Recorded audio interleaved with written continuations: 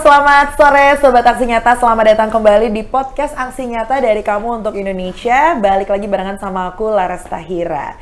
Nih, kamu yang lagi nontonin podcast ini tuh bisa nonton di beberapa platform ya. Jadi selain kamu nih, kalau sekarang lagi nontonin di live Instagramnya @partai-perindo, kamu juga bisa nontonin di Twitter, di YouTube, di website. Semuanya sama, di Partai Perindo. Terus kamu juga bisa nontonin di RCTI Plus, di inews.id, di Okezone juga bisa, Sindonews juga bisa ya. Dan untuk sore hari ini Sobat Aksi Nyata, kita kan mempunyai tema yang menarik, yaitu adalah peluang dan tantangan profesi advokat di era digital. Pas nih buat millennials dan juga Gen Z yang sekarang lagi kuliah hukum gitu ya, dan pengen ngegali dari pakarnya, ini waktu yang pas banget. Jadi kita udah kehadiran bintang tamu kita yang spesial. Beliau ini adalah Bacalek DPRD Kabupaten Bogor Dapil 2 Partai Perindo, Bapak Heru Budi Sutrisno SHMH. Selamat sore Mas Selamat Heru. sore, Mbak. Jadi tadi aku sudah briefing dulu ya, panggilnya mau Pak Heru karena kalau advokat biasanya Bang gitu Ya. kan, atau Mas Heru. Oh ternyata asli Madura, Ya, Jawa. Jawa Timur. Oh, ya, ternyata besarnya di Jakarta. Gedenya gitu di Jakarta. ya Mas Heru ini. Jadi kalau berbicara mengenai pekerjaannya Mas Heru ini sudah pasti sebagai advokat. Selain itu di luar itu kegiatannya apa? Aktif di Partai Perindo? Ya. Punya usaha mungkin? Nggak ada ya. Oh nggak ada. Jadi kesehariannya Tapi ngurusin tetap kaya. masalah orang?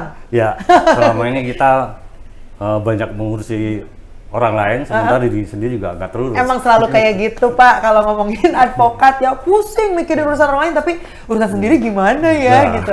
Tapi mungkin boleh cerita dulu nih Mas Heru, mungkin awalnya dari zaman kuliah nih, kenapa memilih jurusan hukum? Karena kan salah satu jurusan yang pusing ya Mas Heru ya? Ya, pada awalnya saya bekerja di kepolisian. Oh sebelum kuliah? Ya, sebelum kuliah. Oh. Saya masuk Bintara Polisi, kemudian sambil kuliah ambil hukum S1, S2. Selanjutnya setelah berkarya 24 tahun, ya kita berharap jangan sampai nanti kalau pensiun langsung stuck diem, ya kan? Memang kita sudah ambil ancang-ancang 5 tahun mendekati ajukan pensiun. Oke. Alhamdulillah kita ajukan pensiun, kemudian ambil profesi advokat dan sampai sekarang ini. Oh, jadi itulah, jadi supaya kalau melihat senior-senior ketika waktu jadi polisi kan super sibuk. Iya, Ya, iya. begitu pensiun stuck, akhirnya yang sindrom power lah, yang penyakit itu kan ada. Iya, betul. Ketika kita diam aja. Mas Heru ini masih aktif meskipun nggak sesibuk waktu zaman masih polisi gitu ya? Kalau sekarang udah agak longgar lah waktunya. Udah lebih longgar dan kalau lebih bisa buat keluarga gitu ya? Kalau duluan waktu masih di penyidik itu kan kita bangun 4:30, pulang paling cepat jam 10. 10 malam? Ya, Waduh. itu tiap hari 24 tahun kita lakukan. Sampai weekend juga Pak kerja? Justru kalau keberadaan polisi itu pada hari-hari libur itu dia makin sibuk. Weekend tuh paling sibuk ya? Ya. Udah kayak orang event ya Pak ya? Ya, seperti itulah. Oh gitu, wow ternyata sibuk sekali Mas Heru ini. Jadi sekarang kayak menikmati masa pensiun tapi tetap bisa berkarya Ya. gitu loh, menjadi seorang advokat gitu. Dan masuk ke politik Pak sejak kapan? Mulai setahun lebih mungkin ya. Oh baru setahunan ini? Ya, Oke, kebetulan. kenapa kan mau nambah-nambahin kesibukan aja atau gimana nih? Di sisi lain juga ingin menambah kesibukan, di sisi lain juga ingin berbuat untuk ya mungkin muluk-muluknya untuk rakyat lah. Iya, iya. Nah, ada perbuatan yang bermanfaat untuk orang lain.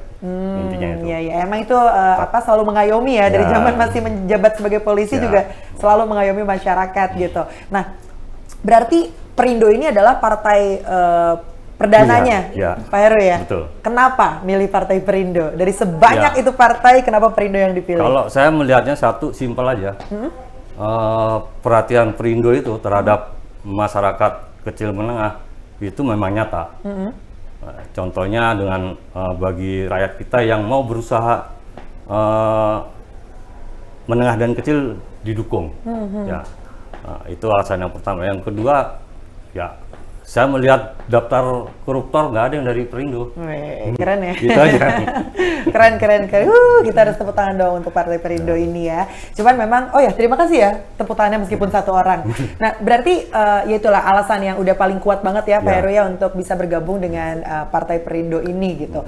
Cuman biasanya kalau Laras tanya sama para narasumber yang datang ke Partai Perindo, kenapa sih milih Partai Perindo? Itu ada sebuah hal yang memancing kita untuk bisa melakukan sesuatu untuk rakyat, terutama sekitar dulu nih, circle terdekat, environment terdekat kita gitu. Nah pada saat itu apa nih yang terdekat dari Pak Heru yang membuat kayaknya emang harus gabung partai untuk bisa melakukan sesuatu deh? Apa nih yang mau diperjuangkan sama Pak Heru?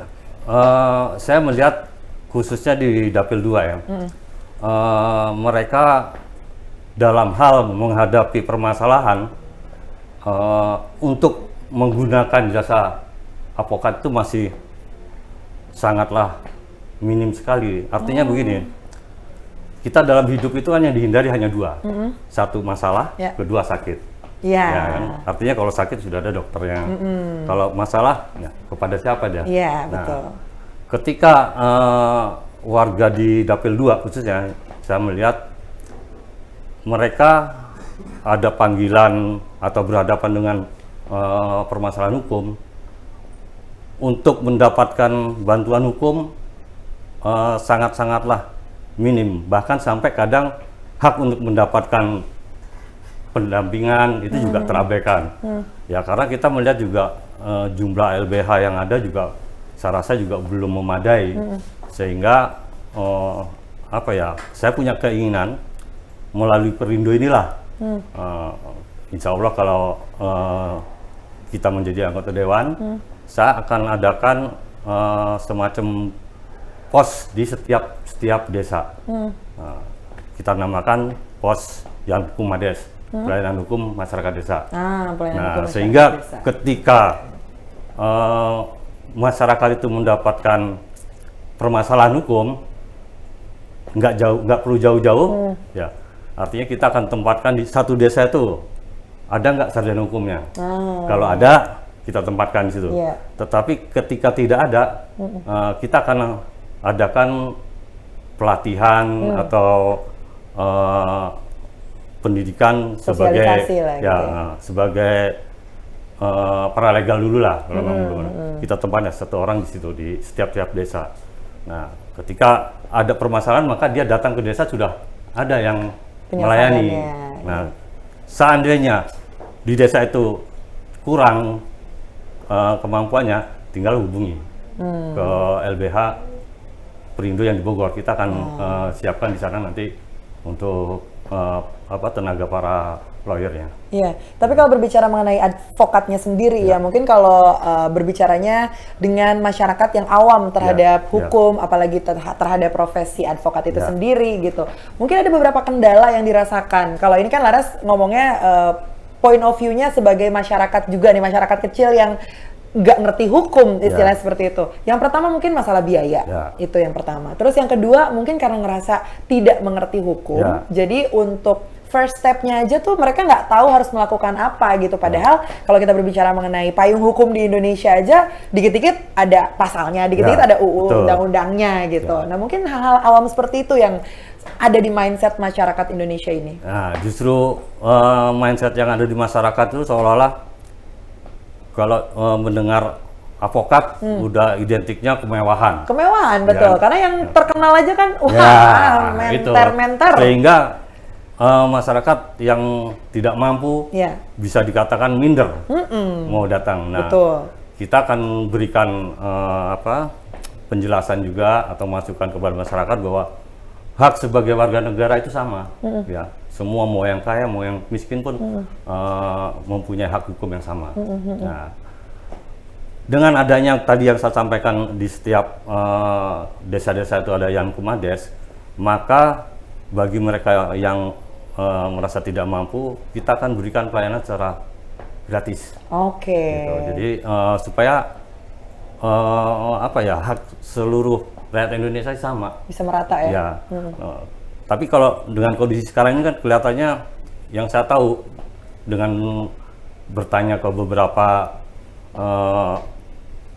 warga, ketika saya tanyakan masalah bagaimana penilaian terhadap pelaku, selalu identiknya dengan kemewahan, sehingga dia sudah minder. Nah, dari itulah saya melalui Partai Perindo ini ingin berbuatlah ya untuk rakyat, khususnya Dapil 2 dulu lah. Ya, mudah-mudahan itu bisa menjadikan contoh untuk di semua desa yang ada di Indonesia. Betul. Jadi balik lagi memang ke lingkungan terdekat dulu ya, supaya bisa terus disuarakan gitu. Kalau dunia hukum ini bisa loh kita gapai meskipun kita nggak ngerti hukum, kita nggak punya biayanya dan sebagainya macamnya gitu ya. Nah artinya kan berarti Pak Heru ini sudah lama lah mengerti hukum ya, dari zaman kuliah S1, kemudian S2, dan akhirnya sekarang menjadi seorang advokat gitu. Selama mengurusi permasalahan hukum nih, mungkin boleh sharing nih sama millennials dan juga Gen Z yang sedang nontonin kita nih, Pak Heru. Apa sih pengalaman yang paling berkesan selama menjadi advokat, mungkin ngehandle masalah yang di luar nalar atau di luar nulrul kalau orang-orang sekarang bilangnya gitu ya, atau seperti apa? Sebetulnya banyak sekali kalau kita bicara tentang apa suka dukanya atau hambatannya, itu selalu dua sisi itu selalu ada, baik dari internal maupun eksternal. Nah, seperti yang pernah saya alami ketika saya mendampingi pelapor kasus dugaan pernikahan Chef Puji dengan anak berumur 7 tahun. Kalau yang dulu kan yang pertama kan umur 11 tahun, lupa. Ya, aduh udah lama banget lagi itu. Itu yang nah ini yang akhir-akhir ini dugaan bahwa dari pelapornya adalah keponakan sendiri. Ponakannya Pak Heru? Chef Puji. Oh, ini masih di kasusnya itu ya? Karena dia menikahi lagi anak yang berumur 7 tahun. Waduh. Nah, pada saat kami mendampingi atau mengawal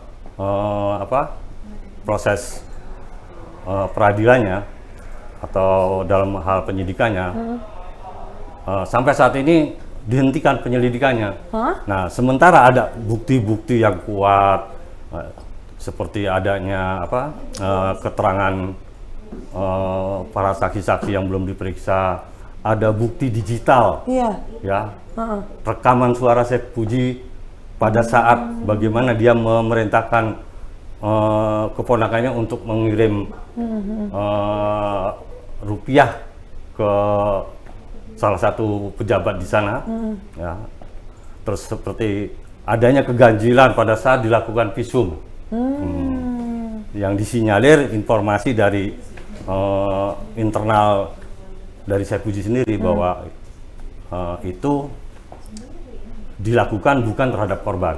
Nah, kita melakukan atau mengajukan untuk dilakukan visum ulang, tetapi begitu sulitnya dari pihak penyidik ini. Dalam hal ini ya, kebetulan saya juga mengerti dengan penyidikan, harusnya itu tidak terjadi.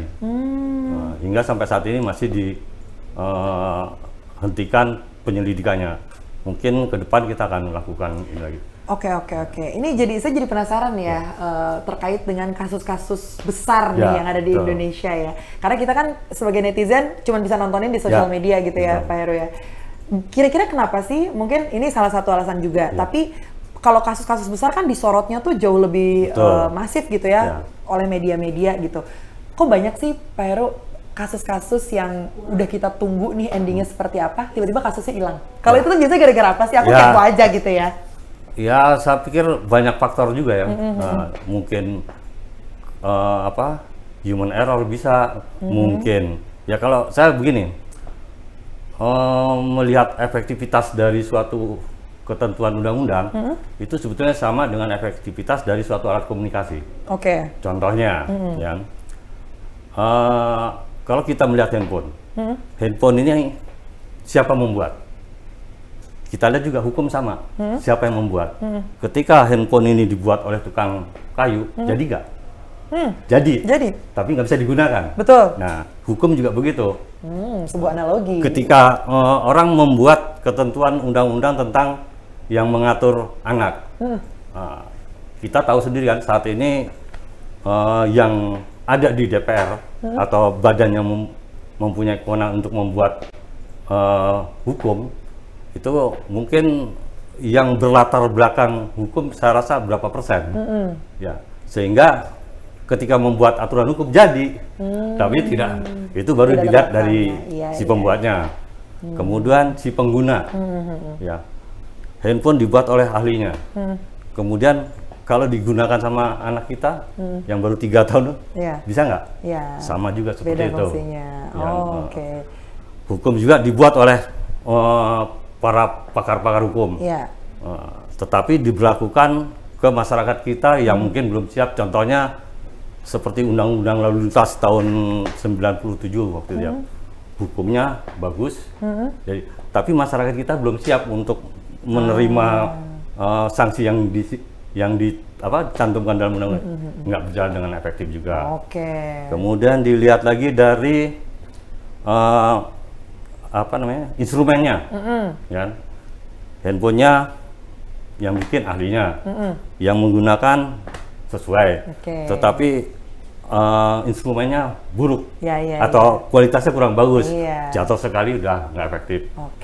Begitu juga undang-undang yang bikinnya sudah ahli, yang menggunakan juga sudah paham, tetapi instrumen hukum dalam hal ini kan ada penyidik, penuntut umum, hakim, dan pengacara. Nah, kalau salah satu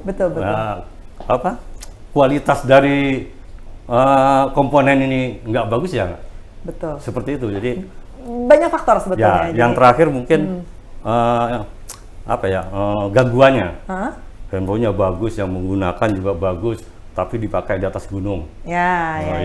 Sama kan, itu juga akan menjadikan permasalahan juga, tidak efektif. Di hukum pun seperti itu.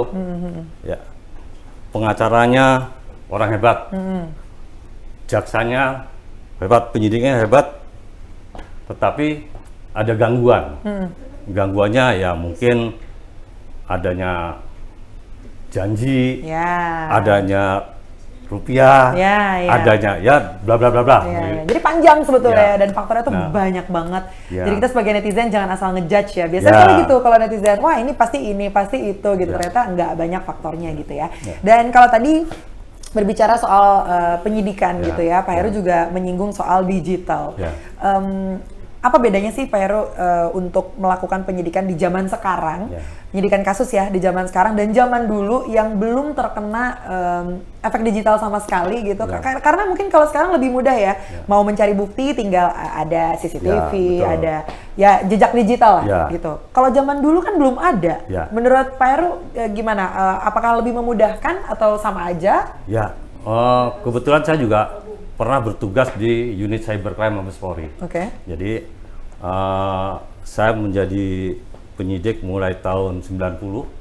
Ya, pada saat itu belum ada seperti laptop atau apa, bahkan saya ngetik aja dulu pakai mesin tik gitu. Wah lama tuh.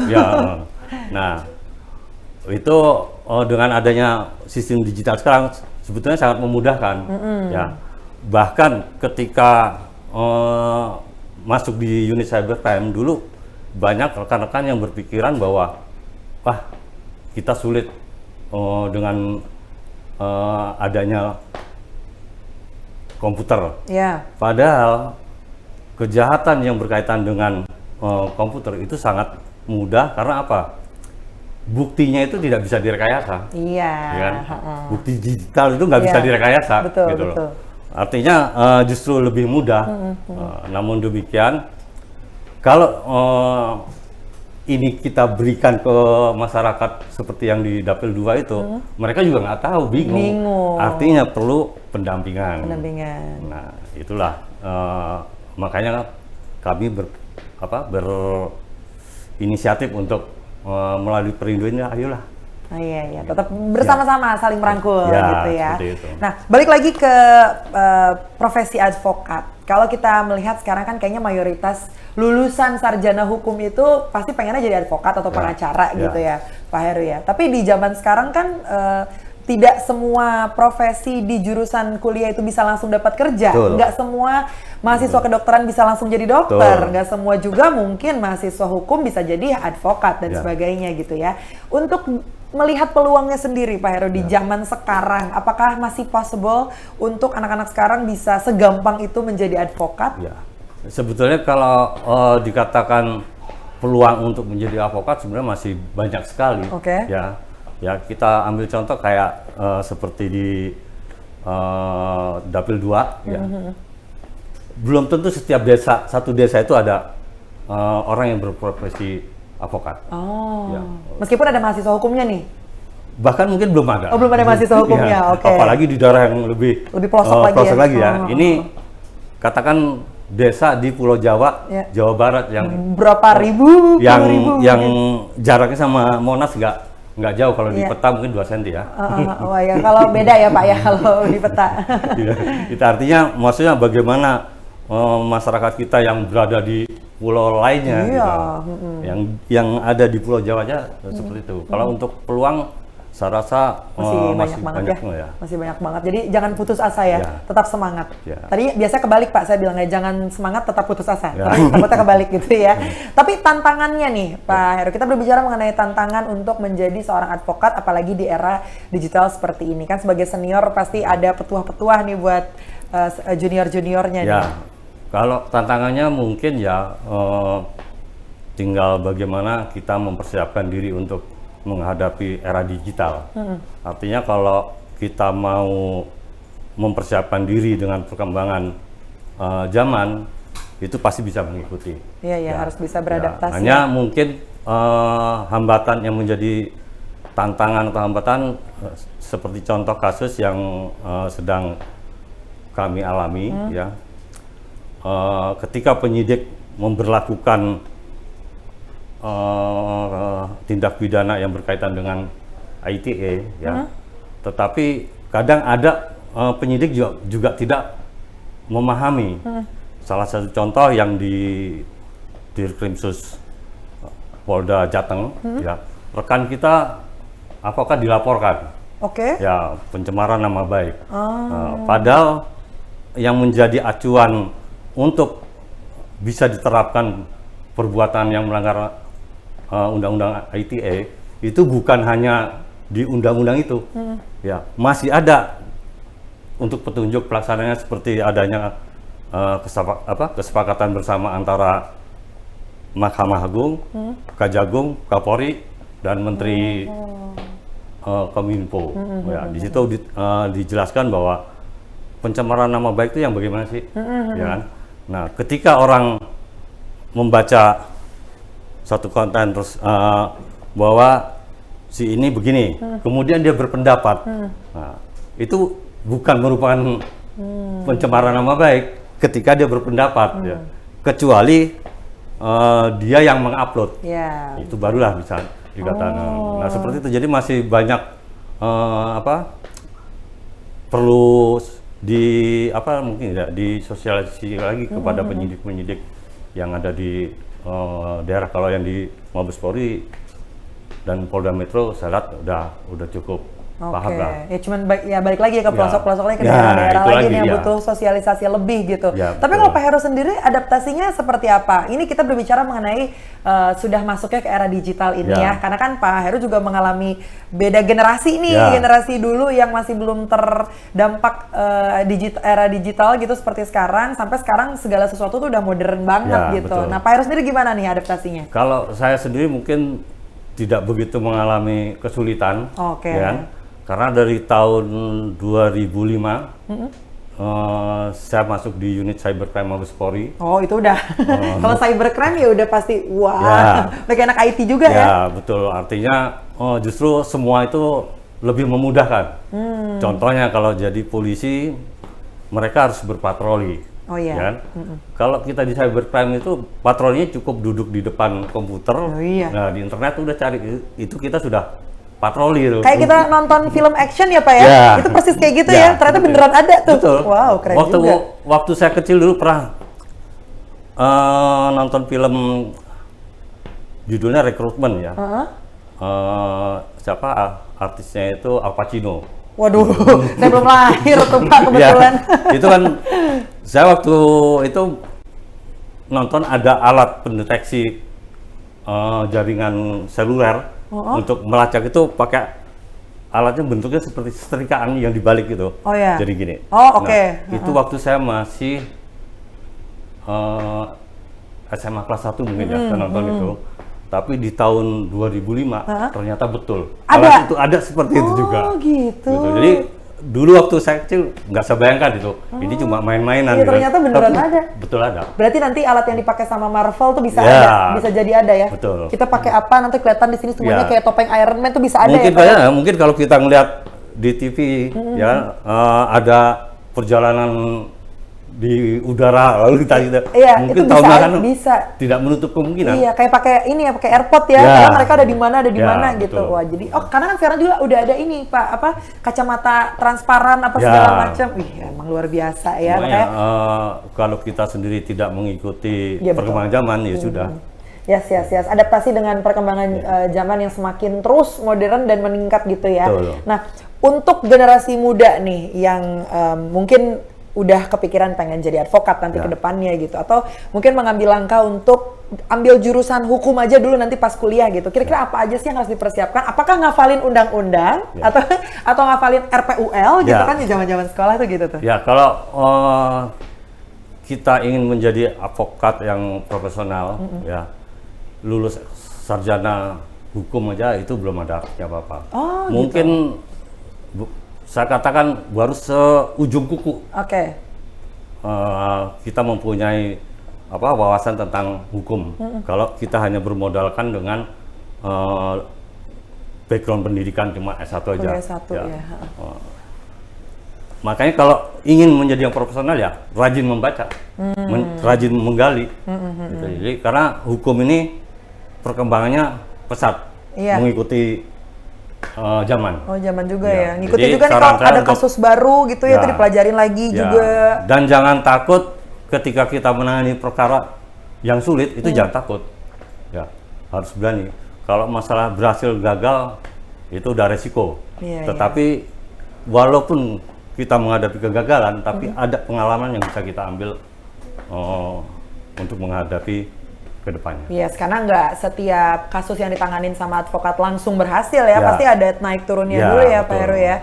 Iya. Dan tentunya ini juga Sobat Aksi Nyata sesuai dengan campaign Aksi Nyata yang sesuai dengan movementnya Partai Perindo. Produktif, solutif, modern, bersih, berintegritas, peduli dan juga turun tangan untuk Indonesia sejahtera. Jadi buat Sobat Aksi Nyata yang pengen gabung bersama Partai Perindo, bisa langsung mengunjungi website di bawah sini. Oke, di www.partaiperindo.com. Dan jangan lupa untuk mendownload juga aplikasi Partai Perindo di App Store atau Play Store, atau tinggal gampang nih kamu scan aja barcode yang ada di layar sini ya.